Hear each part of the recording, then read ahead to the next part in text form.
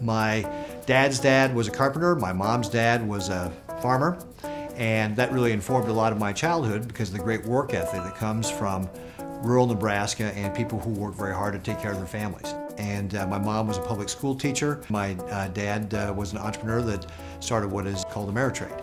My first job was a paper boy.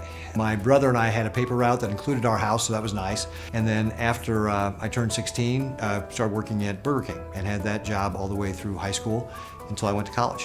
One of the things my parents always stressed is the dignity of work, that, be really good at what you do. That's what's important, that all jobs are important and that your job is to make sure whatever you do, you're the best you can be at it.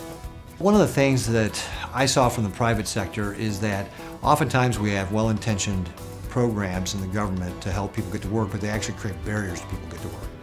And what we want to do in state government is make sure we're removing those barriers and helping people get that next best job.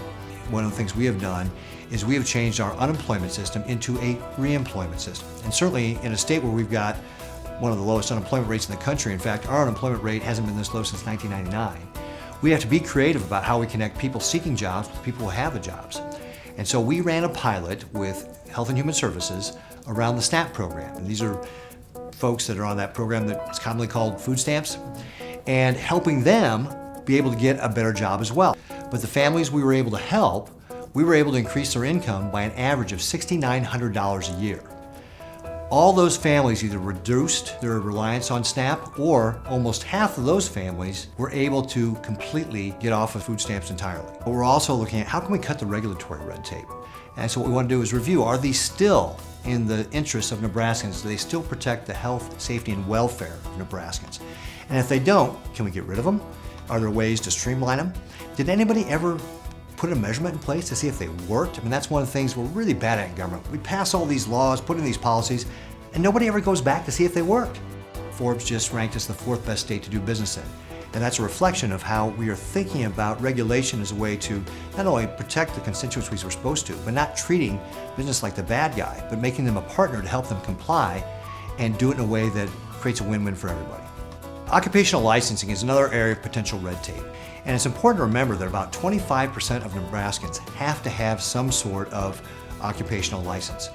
If you look at what we've got in our state with regard to licensing for, say, barbers, we are much higher than Iowa or Missouri. And I've had folks tell me it's a competitive barrier for them moving here and starting their own barbershop. They had it in Missouri, but couldn't move here because they needed like another 600 hours of training to be able to open up their barbershop in Nebraska. Well, how does that make any sense? So the advice I would give to other governors is that you always have to be competitive with your state. How are my regulations impacting business? What is the red tape that I need to cut to be able to free up my economy? Where am I putting up barriers for people to be successful? Because if you don't examine those things, you're going to find that the companies are going to make investments in other states, and other states are getting those job opportunities. I believe governor is the best job in the world. It is fantastic that I have the opportunity to travel around Nebraska and talk to Nebraskans about the things they really are passionate about and care about. We've got the best people in the world. This makes Nebraska just the best place in the world.